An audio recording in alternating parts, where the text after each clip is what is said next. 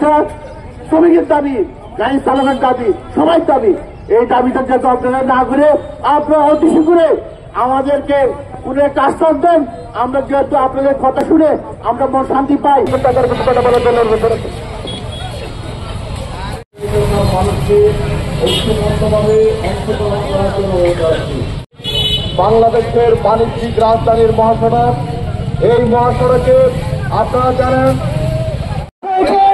আমার ঠিক আমরা এখান থেকে আমাদের তবে যতক্ষণ পর্যন্ত আদায় না হবে ততক্ষণ পর্যন্ত রাজপথ ছাড়া হবে না। আমরা প্রশাসনের বাইরেকে অনুরোধ করবো, ব্লকেট মানে আপনাদেরকে বুঝতে হবে ব্লকেট অর্থ কি। ব্লকেট অর্থ হচ্ছে সমগ্র গাড়ি ঘোড়া সবকিছু অফ থাকবে, শুধুমাত্র অ্যাম্বুলেন্স ব্যতীত, যারা সুস্থ রোগী আছে খাদ্য সামগ্রী ব্যতীত, এই সমস্ত যান চলাচল ব্যতীত সবকিছু বন্ধ থাকবে আজকের এই কর্মসূচিতে।